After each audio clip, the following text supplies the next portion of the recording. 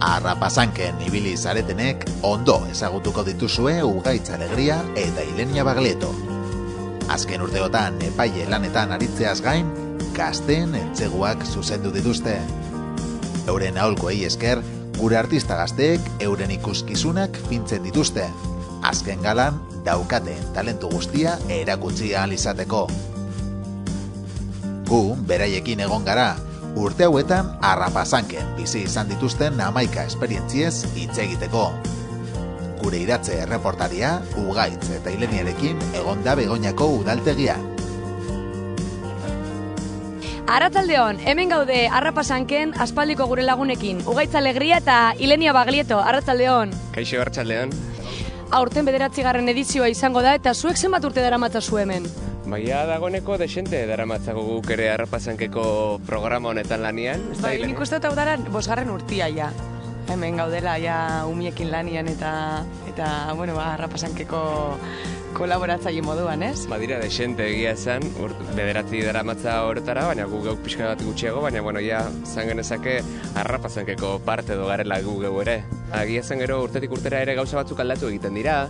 Oindala 3 urte, nik uste dut hau egin zala, dana bateratu eginda, eta ja Arrapasank sortu zen, eta horren barruan ja dana egin daike, bai kantau, bai dantza, antzerkisa, edo zer gauza. Monologuak, bertsoak, txisteak. Magia ere euki genuen aurreko urtean, bai.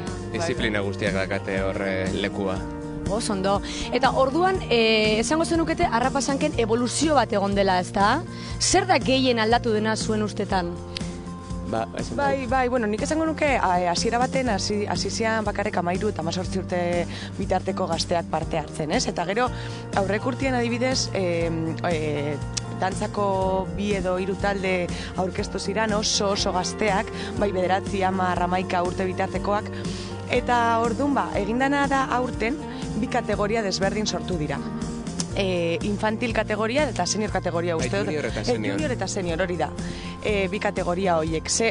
Aurreko urtean gertatzen sana esan, diferentzia handia zegoela txikien eta nagusien artean, ez? Azken finean, ez da berdina 18 urteko gazte batek egiten duena eta 9 urteko beste gazte batek egiten duena, ez? Ziren LH-ko 5. mailako batzuk etorri zirenak eta batxillerreko batzuen kontrari ziren lehiatzen, da azken batean hor adin tartea handia dago, eta hala ere, LH-ko horiek ere oso onak izan ziren, eta gainera finalera ere ailegatu ziren, eta ez txiki izategatik, merezi zutelako. Onak zirelako. Eta bueno, zuek hori alde batetik epaile lanak egin dituzue, eta bestetik kastinetan irakasle lanak. Eta nola eramaten duzue biak kompatible izatea edo nola zer da zaila edo... Azken baten izaten da, aurren egiten dira casting batzuk, casting egiten epaimaile gisa garitzen gara.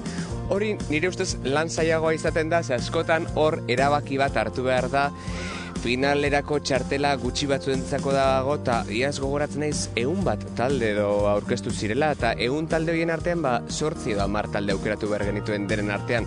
Nik nire ustez igual hori izaten da lanik zaiena, eta gero ja galako egunean baita ere, 8-10 horien artean saridun bakarra egotearen kontua ere, askotan kostatzen da.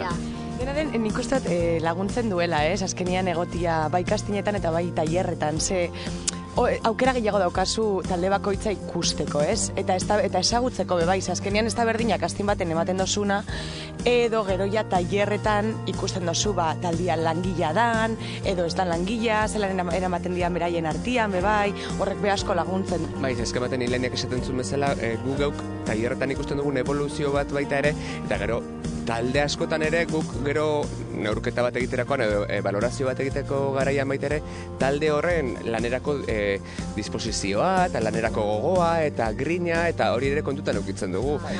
Eta zuek ze gomendio ematen dizkiezue gazteik entseguetan? Aprobetxatzeko, ze momentu bakarra izango da, bai kastinean erakutsi beharko dutena, eta gero galako momentuan ere erakutsi beharko dutena, momentu bakarra da, beraz hori da momentu horretan eman berote daukaten guztia, gero lan egiteko,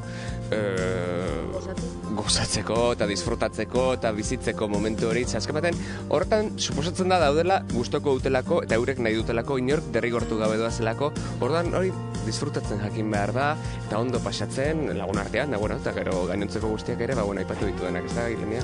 Bai, eta gero bai, hori, lan asko egitea, ez? Azkenean, asko bidean gelditzen direnak batez be, eske, nien ez na pasatu, no seke, ez azten dia horan kexuka moruan, ez? Zenta esate oso, igual pasatu dana, zu baino lan gehiago egin du bidean, ez?